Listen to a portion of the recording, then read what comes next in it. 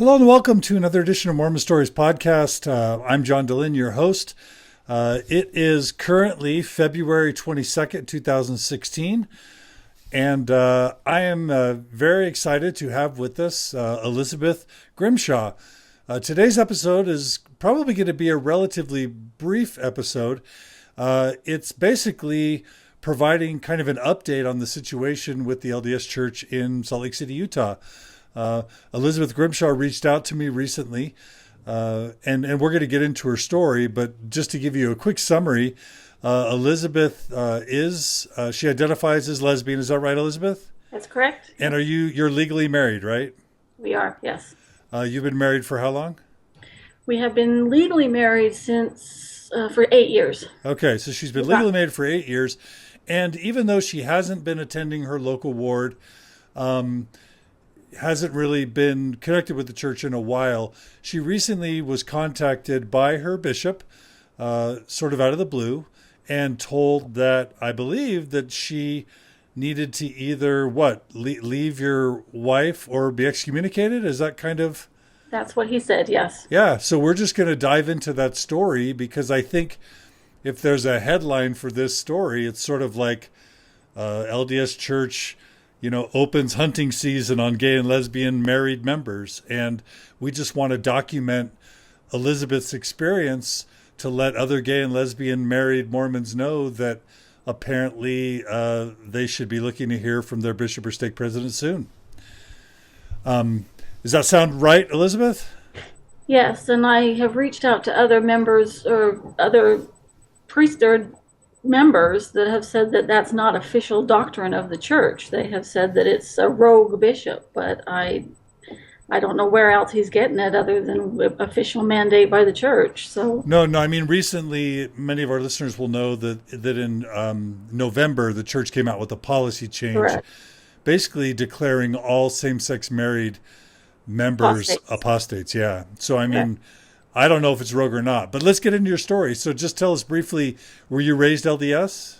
I was raised LDS, yes. My parents joined the church in England, and they were encouraged to come to Zion by members of the church in the mission field in England. So we were sealed to each other in the London Temple when I was 3 years old, and then we immigrated here to Salt Lake City when I was about 3. Okay. So you never picked up an accent? I did, but we all got rid of it because we were kind of teased with having the British accent, so we all kind of lost it. So you were raised LDS? Yes. In Salt Lake? Yes. Okay. Did you attend college or serve a mission or anything like that? I attended college at the University of Utah. Okay. I attempted to serve a mission, but got out there and I didn't really like the regimentation of it and all that kind of stuff at the Mission Training Center, so I decided not to stay, so I came home. And when did you begin sort of identifying as lesbian? I had feelings of being different and having crushes on girls when I was about 12 or 13, but did not, and kept repressing them and trying to be straight and have crushes on boys and pursuing boys and stuff. Came out initially, when I was 31, 32. And okay.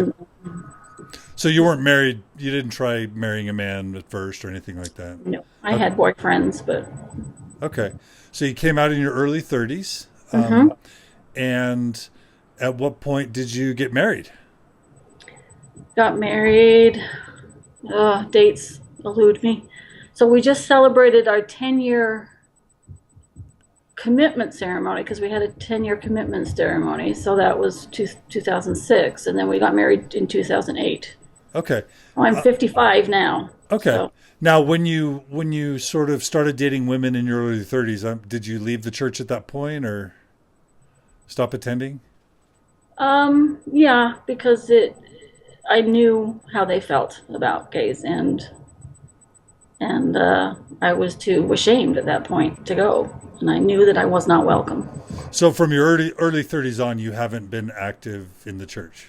Just on special occasions. I've been on Christmas and Easter, and I've been with blessings for people and, missionary farewells and stuff like that, but I haven't been on a regular basis. And this is kind of hard to sum up in just a simple question, but You know, the study that we conducted with 1,612 LGBT Mormons showed the highest quality of life, the lowest depression, the highest self-esteem for LGBT Mormons and post-Mormons who were in legal same-sex marriages. Would you say that it's been overall a positive thing for you, if you're able to even be honest? Yes, absolutely. Talk about that really briefly. Well, I think meeting the first partner I had was not a positive experience, but the experience I have now with my wife, I think that God led us to each other.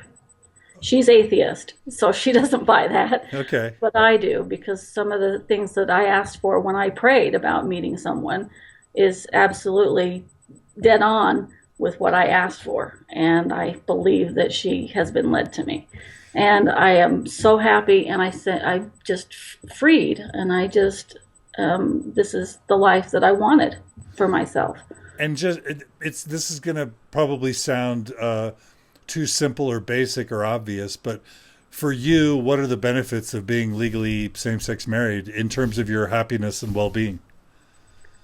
Just knowing that I have somebody there that loves me unconditionally. I think that the legal benefits for us too were a worry for us because of, the tax things and things like that, the hospitalization benefits, things, the day-to-day law things. But just for companionship and the knowledge that we have each other, the knowledge that my family accepts her, her family accepts me, that we are acknowledged as a married couple and not just somebody that's going to leave each other at the drop of a hat. It's that acknowledgement that our relationship is a valid relationship and we are committed to one another, and that is recognized nationwide. And something that I think people really lose sight of, we tend to straight people, especially straight Mormons, only tend to think of sex when they think of same-sex marriage. My guess is that's only a small part of what it's about. Well, I say to people, if that's the only thing with your marriage, I don't think that's the only thing of a straight person's marriage is the only thing that they look at, because there's so much more, even just straight marriage. I mean, if they only thought of their sex life as a component of their marriage, I don't think that they would consider themselves married if it was just sex. Because it's a whole day-to-day living together, dealing with the problems that come up, dealing with the joys, the laughter, the arguments, the raising of the kids, the fixing of the houses, the dealing with, all that kind of stuff. It's just like everybody else. And it's just like the straight couples. If it was just about sex for you, I don't think that's true. Right. Do you guys have kids? We have one daughter. She's 16. Adopted or? Kathy had a donor. Oh, okay. Yes. Oh, wow. So a surrogate birth. Yes. From you two, from a previous, did you guys have that child she together? She had an anonymous donor through. While she was with you? No. Okay. From before. Okay. All right. Mm-hmm. And did you try and be straight? Did you try? Yes. Did you try and change? Yes. What happened? What happened when you did? It just didn't feel right. It wasn't right. There was something missing. I didn't feel complete. I didn't feel interested at all. I love men. I think they're fun, but there's just no connection there. Right. I mean, I get along with men. I go out and do stuff with men, and you can laugh and joke and have a beer or whatever, but there's just something missing there. And I've analyzed it, and it's just not there. Yeah, got it. Yeah. Okay, so you're in your 50s now. You've been married for 8 years, right? Yeah. Been together with her for 10 years. Been together 10, been married 8, raising a teenage daughter, right? Yes. And then tell us what happens with your bishop. I come home from work one evening at about 6:45, and a car pulls in behind me in the driveway, and a man in a suit walks out and comes up, and he says, "Elizabeth?" And I said, "Yes." And he says, "I'm the bishop from the local ward." And I say, hello, very polite. And And he said, you'd never met him. never met him. Okay. Um, he says, I'd like to have a talk with you about your membership. I said, okay, I'm a married lesbian. And he says, I know. And he says, That's weird. yeah. Because we have had visiting teachers come over. We had the Relief Society president come over. They've been inviting us to events and stuff for, quite a while. We've never really been to any of the events. We've been polite with them. And Kathy took over a plate of cookies to an event one night, but that was the extent of it. So you've been in touch with your ward through Visiting teachers. For how long? Probably about 3-4 years or so. So it must be that somebody told the bishop, "Up, we've got one of those same-sex married lesbians in our ward. We better go after him." That's what I'm thinking happened. Okay, all right. So he says, "Well, we have to have a talk about your membership." He said, "You were going to have to leave your relationship, or we're going to have a disciplinary council held." And I said, well, obviously I'm not going to divorce my wife, and I'm not going to participate in a disciplinary council. And he said, well, I want you to pray about it, and I will come back at the end of the month. So he's asking you to pray about leaving your wife. Wife, yes. and daughter. Yes. Okay. So he said, we can do it the gentle way, and you can write a letter asking to have your membership taken out of the church. And I said, I don't want my membership relieved from the church, because I believe in God, and I believe in some of the components of the church, not this particular one. And he said, well, I want you to pray about it, and I'll be back at the end of the month. And so that's how we left it. Okay, and so that was when? That was February 8th, which was, that was 2 days before our 10th anniversary of our commitment ceremony. So that was, that was a nice week. So that was 2 weeks ago, basically. Yes. So how did that feel to have the bishop come to you and say these things? That felt like a punch in my stomach. I came in the house, I was absolutely sobbing, and I was out of breath, and I was just shocked. Absolutely shocked, because I knew about the edict in November about them considering us apostates, but I didn't think it was going to turn into a witch hunt about coming to people's doors and giving them ultimatums. And I felt threatened, and I felt intimidated. And when I get into those situations, I start crying. So I started sobbing with him standing there, and then I felt mad at myself when I came in that I didn't get angry, and instead I cried. So I'm so sorry that that must have been terrible, and I'm feeling so heartsick about that. I have to ask, because listeners would, members would say this. Look, you're lesbian. You haven't been to church in decades. You probably don't believe in a lot of the church's teachings. Why would you even care? And I heard that from one of my coworkers. Why do you care? Because you haven't been churched, and just shrugged her shoulders and walked off. And I asked myself that question, and it's because I do hold some of the church standards important. I do hold my relationship with God and Jesus important. And the most important thing to me right now is the fact of what my parents went through to have me raised in this church. And it was important to them. And I'm honoring that family legacy. That's what it is. It's a family legacy, and it's important to me. And I don't think they have the right to take that away from me. So I'm guessing, and I don't think they have the right to force my hand to leave something that I don't want to leave. I have the freedom to worship. Now, what if someone was to say, "Hey, it's their organization. They have the freedom to do whatever they want." That's true. It's their club, their rules, so to speak. That's true, and they can force me to leave, but I'm not going to voluntarily leave and let let the blood be on their hands, because I honored the bishop's request to pray about it. And I got my answers. What answer did you get? I spent that night very sleepless, and I went into my cold basement, and I got on my knees, and I prayed. And I was sobbing, and when you get so terribly upset that you just can't breathe, I was crying out and asking for help and guidance about this whole thing, as I have for years in the past.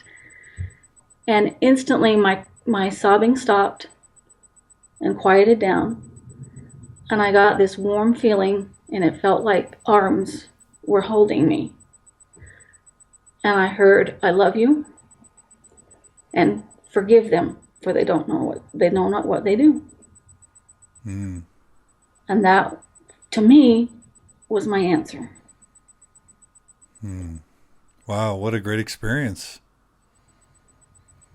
So what do you plan to do? I don't know.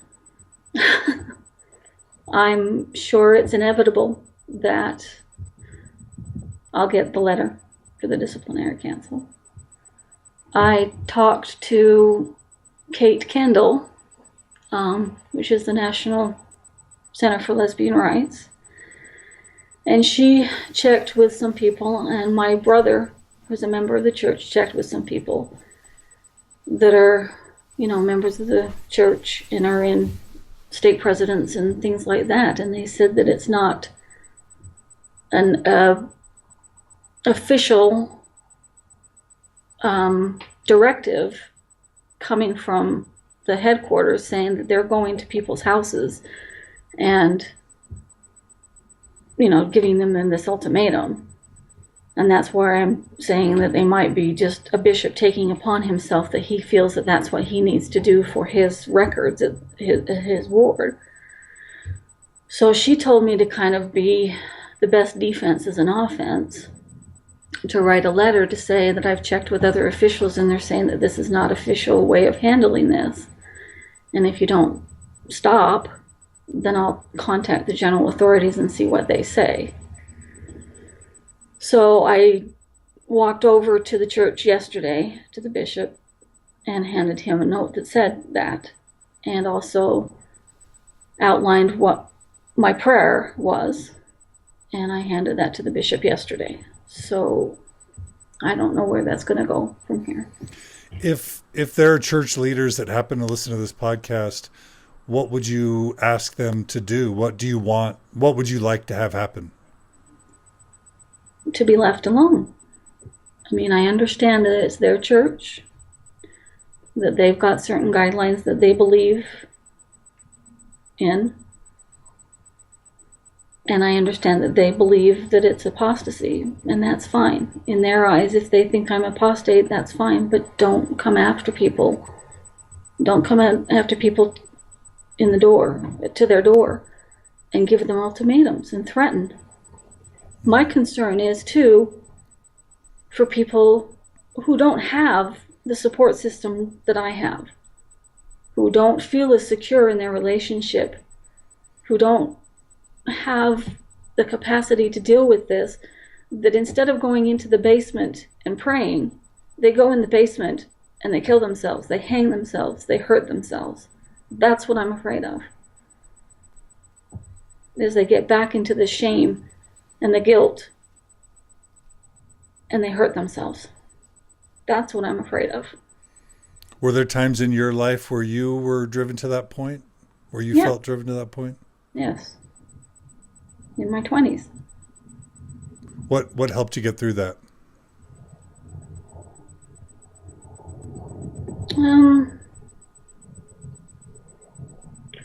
I think knowing my parents supported me and what that would do to them if that happened, and certain friends that were around. Family and friends. Yes. Because I knew my parents and my friends loved me no matter what. Why do you think the church is doing this? There's certain things that I think they're trying to clean up their roles for one. And I think, partially, I think it's them being upset that they have lost this fight against the federal government saying that we are legally married. So they're kind of reacting to having lost. Yeah. Do you sense I this could be being... wrong, What's but that? I could be wrong, but that's... From your understanding of God in Christ, does this feel in harmony with what God in Christ would do? I know in the Bible, I've read some passages that's what Paul recommended, is to cut people that were sinning off from the church to, protect the congregation, etc., etc. But no, it isn't in my mind what they would want. Yeah. And the warmth and the acceptance and the love that I felt after my prayer, to me, upholds that. Are you comfortable sharing your ward and stake name, or would you rather not? I would rather not. Okay. Is there anything that listeners can do to support you? Anybody out there who has influence or wants to help, is there anything you can think of that our listeners can do to help? I'm not sure, because I just don't know what they can do. I think it's an automatic thing that's going to just transpire at this point. I don't think there's anything that they can do to make it stop. And the interesting thing is, there was my nephew's fiance sent me something the other day that was a post from somebody that was in Sound Peak County, and the same thing happened to her. Yeah. I saw that too. Yeah. So like a letter writing campaign, you wouldn't want people to email you or, let you forward stuff on to your bishop. Is that something you're even interested in, or make him know that a lot of people are paying attention? That could help, yes. I think Okay. So I can provide, if you want, I can provide your email address in the blog post. Okay. And if you're comfortable sharing your email. Okay. And then we can ask our listeners to email you with emails, letters, and you can choose if you want to print those out or forward them on to your bishop and let him know that other people are paying attention. Okay. Would you like that? Sure. Okay, we'll ask listeners to do And then that. possibly clarify with, the general authorities whether that is what the policy is at this point, whether they are actively going out and seeking people and showing up on their doorstep. And that's what I'd ultimately like to find out and Right. call attention to. Yeah. Because if that's what's happening, that needs to be known. Yeah. Got it. And I think people need to be prepared and not ambushed. Yeah. Yeah. Because that's the shock of it was, suddenly they're showing up on your doorstep. Yeah. Then they need to be made aware of that if that's the general council or the general authorities' way of handling this, then I think it needs to be everyone needs to be made aware of that. If there's media that wants to know about your story, do you want media to contact you? Absolutely. Okay. All right. So we'll make sure and forward your story on to media. Okay. Elizabeth, is there anything else that you would want to say or share with those listening about your situation or anything? Just that we're just living our lives like everybody else, and I have faith that it's all going to come out in the end, that we have a loving God, and it'll sort itself out. But in the meantime, I'm worried about all the people that are hurting because of it, and the people that are going to end their lives because of it. Will you attend a disciplinary council if one's held? No, because I have done nothing wrong. And you to won't answer for. But you won't resign your membership. No. Okay. No. All right. Man, Elizabeth, I am heartbroken and I'm really sorry. And occasionally when we do this, the bishops or stake presidents end up backing off. So I'm hopeful. I guess I'm guessing that's why you did this interview. I guess you're hoping that that's what happens, and I'll just join with you in a hope that sanity prevails and they leave you alone. Yeah, me too. But also know that you're loved and supported virtually, and if there's anything we can do as a community to help, I hope you'll let us know. Okay, thank you. I appreciate it. All right, Elizabeth, thanks for joining us on Mormon Stories. Listeners, just briefly, please feel free to go up to mormonstories.org, get Elizabeth's email address if you want to email her bishop. She can pass that on. If you know any higher level leaders in the church, please reach out and let them know about Elizabeth's story. My guess is Elizabeth, you can ask Elizabeth for ward and stake information through her email address if you want it, for the purposes of trying to let any church leaders know where they can intervene. Is that okay, Elizabeth? Yes, that's fine. Okay. And then also, if any of you know any media who are willing to give any light to the story, please feel free to reach, to put them in contact with Elizabeth. And Elizabeth, just know we're all rooting for you and are super grateful that you'd share your story. And we're sorry for your pain, but we're grateful for your courage. Okay. Thank you, John. All right. We'll talk to you soon. And thanks to everyone for joining us on Mormon Stories today. We'll see you guys again soon.